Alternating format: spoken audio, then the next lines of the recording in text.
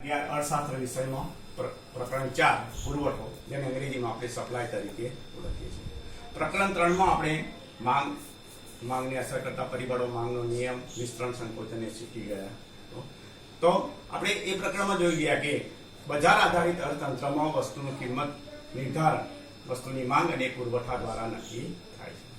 એટલે કે બજારમાં વસ્તુની માંગ ત્યારે શક્ય બને કે જ્યારે એટલા પ્રમાણમાં જે પ્રમાણે માંગ હોય એ પ્રમાણે બજારમાં સપ્લાય એટલે કે પુરવઠો પૂરો પાડવામાં આવતો હોય છે। જુદી જુદી કિંમતોએ વસ્તુની માંગમાં પણ પરિવર્તન આવે છે, તેમ તેમ પુરવઠો એ ઉત્પાદકો દ્વારા પૂરો પાડવામાં આવે છે કે સપ્લાય એ વસ્તુનું ઉત્પાદન કરનારા વેપારીઓ દ્વારા પૂરો પાડવામાં આવે છે। એટલે એમના દ્વારા પણ જુદી જુદી કિંમતોએ બજારમાં મૂકવામાં આવતા પુરવઠામાં જુદી જુદી કિંમતે પરિવર્તન આવતું જોવા મળે છે। એટલે પુરવઠાનો ખ્યાલ આપણે સમજતા પહેલા 3 બાબતો ખાસ સમજવી પડે છે। પહેલી બાબત છે વસ્તુનું ઉત્પાદન। તો ચોક્કસ સાધનોની મદદથી જે ચીજ વસ્તુ કે સેવાનું જે ઉત્પાદન કુલ કરવામાં આવે છે, ઉત્પાદન કરવામાં આવે છે સરવાળો અને શું કહેવામાં આવે છે ઉત્પાદન। ત્યાર પછી આવે છે બીજું છે પુરવઠો। પુરવઠો એટલે ચોક્કસ સમય અને કિંમતે ઉત્પાદક દ્વારા ચીજ વસ્તુ નો જે જથ્થો બજારમાં વેચાણ માટે મૂકવામાં આવે છે તેને આપણે શું કહીએ છીએ પુરવઠો કહીએ છીએ, અંગ્રેજીમાં એને સપ્લાય કહેવામાં આવે છે। ત્યાર પછી ત્રીજી બાબત છે જથ્થો। જથ્થો એટલે વેચાણ એકમોનો સમગ્ર સમૂહ એને આપણે જથ્થા તરીકે ઓળખીએ છીએ। એટલે આ 3 બાબતો એ ખાસ આપણને એવી લાગે કે એક જ છે પણ ત્રણેયના ખ્યાલ અલગ અલગ છે। ઉત્પાદનનો ખ્યાલ પણ અલગ છે, પુરવઠો પણ અલગ છે ને જથ્થો પણ અલગ છે। હવે આપણે પુરવઠાનો ખ્યાલ એના વિશે જોઈએ। પુરવઠાનો અર્થ આપણે જોઈએ।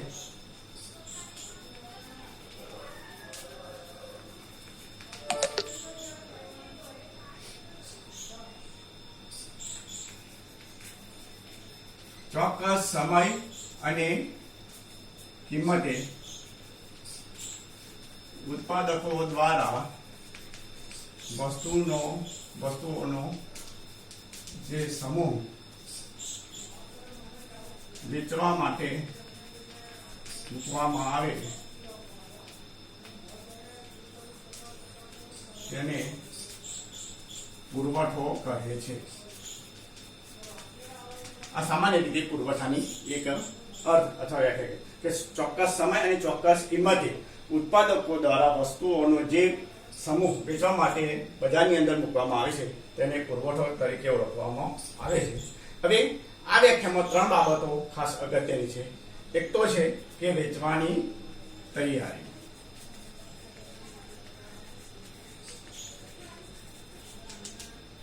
વેચવાની તૈયારી હોવી એ ખાસ જરૂરી છે। ઉત્પાદક જે વસ્તુઓનું ઉત્પાદન કરે છે તે વસ્તુઓમાંથી જેટલો ભાગ વેચવા માટે તૈયાર હોય તેને બજાર પુરવઠા તરીકે આપણે ગણી શકીએ છીએ। એટલે કે સમગ્ર ઉત્પાદન એ પુરવઠો ગણી શકાતું નથી। દાખલા તરીકે રાજકોટના કોઈ ઓઇલ મિલર પાસે 500 ડબ્બા સિંગ તેલ એ ઉત્પાદન થયેલું છે, તો એ ઉત્પાદનમાં એક પણ ડબ્બો જો એ બજારમાં વર્તમાન કિંમતે વેચવા માટેની તૈયારી ન દર્શાવે તો બજાર પુરવઠો શૂન્ય ગણાય છે। હવે ધારો કે આ 500 સિંગ તેલના ડબ્બા છે, એમાંથી ઉત્પાદક 300 સિંગ તેલના ડબ્બા એ વર્તમાન કિંમતે બજારમાં વેચવા માટે ઈચ્છા, શક્તિ અને તૈયારી દર્શાવે છે, વેચવાની તૈયારી દર્શાવે છે, તો આ 300 ડબ્બા એ પુરવઠો ગણાશે, નહીં કે 500। બરાબર? એટલે કહેવાનો મતલબ એવો છે કે વેચાણક્ષમ એકમોમાંથી ઉત્પાદક જેટલા એકમો વેચવા માટેની તૈયારી દર્શાવે છે એને એ બજાર પુરવઠા તરીકે ગણવામાં આવે છે। ત્યાર પછીનું બીજી બાબત એ છે કે વેચવાની શક્તિ। એટલે વેચવાની શક્તિ એટલે કે ક્ષમતા। ઉત્પાદકની ઈચ્છા તો 1000-2000 ડબ્બા વેચવાની, પણ એ માટેની એની પાસે ક્ષમતા હોવી જોઈએ, એટલો જથ્થો એની પાસે હોવો જોઈએ। આ ઓઇલ મિલરની આપણે જે વાત કરી રાજકોટના, ઓઇલ મિલર પાસે 500 ડબ્બા છે અને એની એ 500 ડબ્બા એ એની શક્તિ ગણાય છે। હવે એની ઈચ્છા 1000 ડબ્બા વેચવાની હોય તો સમગ્ર વેચવાની ઈચ્છા શક્તિ એ તૈયારી શક્તિ ગણાતી નથી। એટલે 1000 ડબ્બા વેચવાની ઈચ્છા ધરાવતો હોય પુરવઠો 1000 ગણાતો નથી, કારણ કે એની પાસે શક્તિ કેટલી છે? 500 સિંગતેલના ડબ્બા જ વેચવા માટેની છે.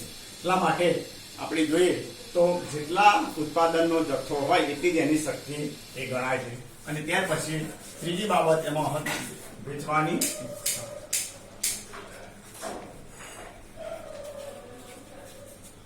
આ ત્રીજી બાબત પણ પુરવઠાની વ્યાખ્યામાંથી આપણે ફલિત થાય છે કે વેચવાની ઈચ્છા. એટલે કે કોઈ ઉત્પાદક વસ્તુ વેચવાની તૈયારી દર્શાવતો હોય, વસ્તુ વેચવા માટેની એની પાસે શક્તિ હોય, પરંતુ વર્તમાન કિંમતે એ વસ્તુ વેચવા માટેની ઈચ્છા ધરાવતો ન હોય, તો આ બંને ઉપરના બંને પરિબળોની હયાતી હોવા છતાં પણ એ ઉત્પાદનનો ભાગ એ પુરવઠામાં પરિણમતો નથી. એટલે પુરવઠાના નિયમમાંથી આ 3 બાબતો આપણે ખાસ ધ્યાનમાં રાખીશું. હવે પુરવઠાના જથ્થો અને પુરવઠો અને જથ્થા વચ્ચેનો તફાવત એના વિશે આપણે જોઈએ તો પુરવઠો એટલે ચોક્કસ સમય અને કિંમતે ઉત્પાદન દ્વારા વસ્તુનો જે સમૂહ વેચવા માટે બજારમાં મૂકવામાં આવે એને પુરવઠો કહે છે. જ્યારે જથ્થો એટલે વેચાણક્ષમ એકમોનો સમૂહ. અગાઉ જોઈ ગયા વસ્તુની જુદી જુદી કિંમતોએ ઉત્પાદક વસ્તુનો જુદો જુદો જથ્થાનો ભાગ બજારમાં વેચવા માટે મૂકે છે. એટલે એવું કહી શકાય કે જ્યારે વસ્તુની કિંમત ઓછી હોય ત્યારે ઉત્પાદક પાસે જથ્થો હોવા છતાં એ સમગ્ર જથ્થાને પુરવઠામાં પરિણામ આપતો નથી, વેચવા માટે બધા મૂકતો. દાખલા તરીકે કોઈ ઉત્પાદક પાસે 1000 સિંગતેલના ડબ્બા છે, 1000 સિંગતેલના ડબ્બા, પણ વર્તમાન કિંમતે એ બજારમાં માત્ર 500 સિંગતેલના ડબ્બા એ બજારમાં વેચવા માટે મૂકે છે. તો આ 1000 એ જથ્થો બનશે અને 500 ડબ્બા જે બજારમાં વેચવા માટે મૂકવામાં આવે છે એ શું બનશે? પુરવઠો. અને આવા સંજોગોમાં જથ્થા અને પુરવઠા વચ્ચે એ તફાવત જોવા મળે છે. એટલે આ બાબત પણ આપણે ખાસ ધ્યાનમાં લઈશું.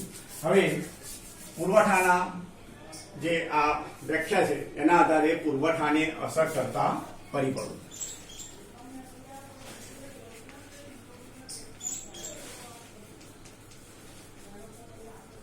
જે રીતે માંગના નિયમની અંદર માંગને અસર કરતા પરિબળો આપણે જોયા માંગના પ્રકરણની અંદર કે માંગને અસર કરતા પરિબળો 2 ભાગમાં વિભાજિત કરવામાં આવે, કિંમત અને કિંમત સિવાયના પરિબળો. એવી જ રીતે આ પુરવઠાને અસર કરતા પરિબળોમાં પણ પહેલી બાબત છે વસ્તુની કિંમત અને વસ્તુની કિંમત સિવાયના પરિબળો. તો અહીંયા જોઈએ તો માંગના પ્રકરણની અંદર ગ્રાહક સાથે સંકળાયેલો હતો અને એટલા માટે વસ્તુની કિંમત ઘટે તો ગ્રાહકને ફાયદો થાય એટલે માંગ વધારતો હતો, અને વસ્તુની કિંમત વધે તો ગ્રાહકને નુકસાન થાય એટલે માંગ ઘટાડતો હતો. પુરવઠો એ વેપારી સાથે સંકળાયેલો છે, ઉત્પાદક સાથે સંકળાયેલો છે, એટલે વસ્તુની કિંમતમાં વધારો થાય તો ઉત્પાદકને આર્થિક ફાયદો થાય છે, અને એ લાભ મેળવવા માટે ઉત્પાદક દ્વારા બજારની અંદર વસ્તુનો પુરવઠો વધારવામાં આવે છે, અને વધુને વધુ આર્થિક ફાયદો મેળવવાનો પ્રયત્ન એ વેપારી કે ઉત્પાદક દ્વારા કરવામાં આવે છે. આનાથી વિરુદ્ધ જ્યારે વસ્તુની કિંમત ઘટે એટલે કે વસ્તુની કિંમત નીચી જાય તો તેવા સંજોગોમાં આ બજારમાં જે વસ્તુ વેચવા માટે મૂકનાર ઉત્પાદક એને આર્થિક નુકસાન જવાની શક્યતા રહે છે, અને એના પરિણામે એ બજાર પુરવઠામાં ઘટાડો કરે છે. એટલે આપણે બીજા અર્થમાં કહી શકીએ કે વસ્તુની કિંમત અને બજાર પુરવઠા વચ્ચે સહસંબંધ, સીધો સંબંધ રહેલો છે. વસ્તુની કિંમત અને બજાર પુરવઠા સાથેનો સંબંધ કેવો છે? સીધો સંબંધ, ધન સંબંધ. એટલે વસ્તુની જે માંગ રેખા ગુંડાળવાળી આવતી હતી, પુરવઠા રેખા ડાબી બાજુથી જમણી બાજુ ઉપર થતી જોવા મળશે. એ શું દર્શાવે છે કે વસ્તુની કિંમત અને વસ્તુની બજાર કિંમત અને પુરવઠા વચ્ચે સીધો સહસંબંધ રહેલો છે. કિંમત સિવાયના પરિબળો. પુરવઠાને અસર કરતા કિંમત સિવાયના પરિબળો એ પણ આપણે ધ્યાનમાં લેવા જોઈએ. અને કિંમત સિવાયના પરિબળોની અંદર જોઈએ તો પહેલું છે ઉત્પાદનના સાધનોની કિંમત.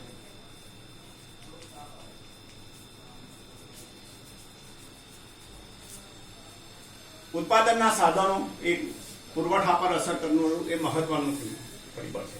ઉત્પાદનના સાધનો, ઉત્પાદનના મુખ્ય 4 સાધનો જમીન, મૂડી, શ્રમ અને નિયોજન એ સિવાયના પણ યંત્ર, મશીનરી, આ બધા જે સાધનો છે, લાઇટ, વીજળી, વિદ્યુત, આ બધામાં જે ફેરફાર થાય છે એની સીધી અસર એ ઉત્પાદનો પર જોવા મળે છે. ઉત્પાદનના સાધનોની કિંમત, દાખલા તરીકે જમીનનું ભાડું ઘટે, શ્રમિકનું વેતન ઘટે, મૂડીનું વ્યાજ ઘટે, આ સાધનોની કિંમતમાં જો ઘટાડો થાય તો એના પરિણામે ઉત્પાદકને આર્થિક લાભ થાય છે, વસ્તુની પડતર કિંમત નીચે આવે છે, યંત્રો અને મશીનરીની કિંમતોમાં ઘટાડો થાય, લાઇટ જે વિદ્યુત બિલ છે એના ભાવમાં ઘટાડો થાય તો પણ એના પરિણામે એકમ દીઠ પડતર કિંમત નીચે આવે છે. અને ઉત્પાદનના સાધનોની કિંમત એમાં જો ઘટાડો થાય તો બજાર પુરવઠામાં વધારો થાય છે. અને આનાથી ઉલટું ઉત્પાદનના સાધનોની કિંમતમાં વધારો થાય તો ઉત્પાદકની વસ્તુની એકમ દીઠ પડતર કિંમત ઊંચી જાય છે, પરિણામે ઉત્પાદકને આર્થિક નુકસાન થાય છે. એટલા માટે બજાર પુરવઠામાં ઘટાડો કરે છે. તો આપણે કહી શકીએ કે ઉત્પાદનના સાધનોની કિંમત અને બજાર પુરવઠા વચ્ચે વ્યસ્ત સંબંધ રહેલો છે, વિરુદ્ધ સંબંધ રહેલો છે. ત્યાર પછી બીજું આવે છે ટેકનોલોજીની કક્ષા. જે દેશની અંદર આધુનિક ટેકનોલોજી અપનાવવામાં આવતી હોય અથવા જે એકમની અંદર આધુનિક ટેકનોલોજીની મદદથી, આધુનિક યંત્રોની મદદથી વસ્તુ અને સેવાનું ઉત્પાદન કરવામાં આવતું હોય તો એના પરિણામે આપણે જોઈએ તો ઉત્પાદન ક્ષમતા વધે છે, સમય, શક્તિ અને નાણાંનો બચાવ થાય છે. અને એના પરિણામે આ જે ઉત્પાદકો છે એમને આર્થિક ફાયદો થાય છે. અને એ આર્થિક લાભ વધુને વધુ મેળવવા માટે વધુને વધુ વસ્તુઓનું ઉત્પાદન કરી બજાર પુરવઠામાં વધારો કરે છે. આનાથી વિરુદ્ધ જે દેશમાં હજુ આધુનિક ટેકનોલોજીનો કક્ષાનો ઉપયોગ કરવામાં નથી આવતો એવા દેશોની અંદર આ ઉત્પાદક એ જૂની પુરાણી પદ્ધતિથી જ્યારે વસ્તુનું ઉત્પાદન કરે છે ત્યારે પુરવઠામાં ઘટાડો થાય, સમય, શક્તિ અને નાણાંનો પણ એમાં જે બચાવ વધતા નથી અને એના પરિણામે પુરવઠામાં ખાસ વધારો થતો નથી. ત્યાર પછી ભવિષ્યના ભાવો અંગેની અટકળ.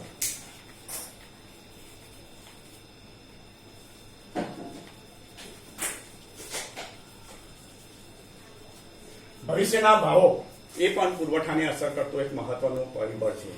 જો ભવિષ્યમાં ભાવો વધવાના હોય એવી શક્યતા હોય તો વર્તમાનમાં બજાર પુરવઠામાં ઘટાડો થાય છે. કારણ કે ઉત્પાદક એવું વિચારે છે કે જ્યારે ભાવ વધશે ત્યારે વધેલા ભાવનો લાભ મેળવી અને વધુ વસ્તુનું ઉત્પાદન કરી શકાય અને વધુ નફો, આર્થિક લાભ મેળવી શકાય એ આશયથી વર્તમાનમાં આ પુરવઠામાં ઘટાડો કરે છે. આનાથી વિરુદ્ધ ધારો કે ભવિષ્યમાં ભાવમાં ઘટાડો થવાની શક્યતા હોય તો એવા સંજોગોમાં વર્તમાનમાં વધુને વધુ ભાવ મેળવી આર્થિક લાભ મેળવવાની અપેક્ષાએ બજાર પુરવઠામાં વધારો કરવામાં આવે છે. દાખલા તરીકે અત્યારે સિંગતેલના ભાવો ધીમે ધીમે ડાઉન થાય છે, એટલે અત્યારે બજાર પુરવઠો વધે છે. કારણ કે જેમ જેમ ચોમાસું મગફળીનું પિલાણ માટે આવશે તેમ તેમથી સિંગતેલના ભાવમાં ઘટાડો થાય છે. એટલે વર્તમાનમાં ઉત્પાદકો એવું વિચારે કે અત્યારે જે ભાવ મળે છે એ મેળવી અને આપણે વધુને વધુ આર્થિક લાભ મેળવી શકીએ. એટલે ભવિષ્યના ભાવો અને બજાર પુરવઠા વચ્ચે આપણે જોઈએ તો વ્યસ્ત સંબંધ છે. એટલે કે ભવિષ્યના ભાવો વધવાની શક્યતા હોય તો વર્તમાનમાં પુરવઠો ઘટે છે, ભવિષ્યમાં ભાવ ઘટવાની શક્યતા હોય તો વર્તમાનમાં પુરવઠો વધે છે. અને ત્યાર પછી ચોથું છે અન્ય પરિબળો. અન્ય પરિબળો પણ ઘણા બધા એવા આ પુરવઠાને અસર કરતા મહત્વના પરિબળો છે. પેઢીઓની સંખ્યામાં વધારો થાય તો સ્વાભાવિક છે કે જેટલી પેઢીઓ વધે એટલો બજાર પુરવઠામાં વધારો થાય છે. દાખલા તરીકે પેઢીઓ ની સંખ્યા ઘટે એટલે કે આ જે વર્તમાન વેપાર છોડી અન્યમાં જોડાય તો એના પરિણામે પણ બજાર પુરવઠામાં ઘટાડો થાય છે. ત્યાર પછી ભૌગોલિક વાતાવરણ, આબોહવાની અસરો, કુદરતી આફતો, જો આવા બધા પ્રસંગો ઊભા થાય તો બજાર પુરવઠામાં ઘટાડો થાય છે.